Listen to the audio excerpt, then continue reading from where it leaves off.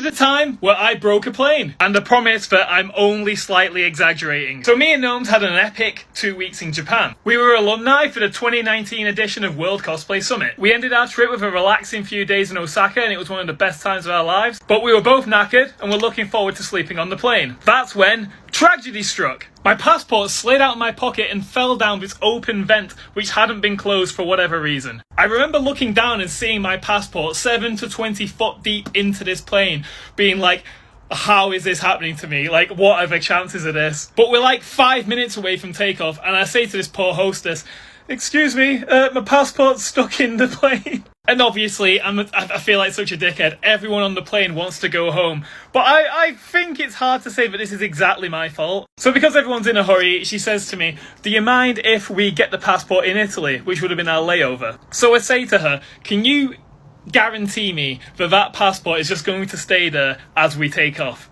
And she looks at me, mortified, potentially smelling a claim.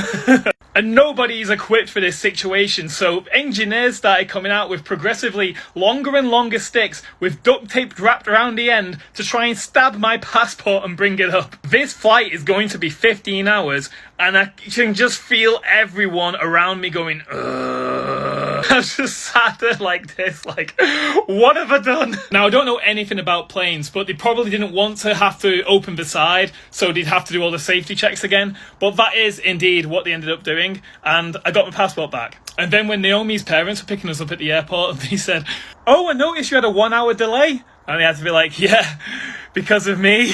Now, the worst part about this entire situation is that I then washed my passport in my trouser pocket. So yeah, wasn't a good week to be my passport. Now I had to share this story because 1, it's hilarious, and 2, this has got to be such a unique story that if anyone finds themselves in this situation, just know you're not alone.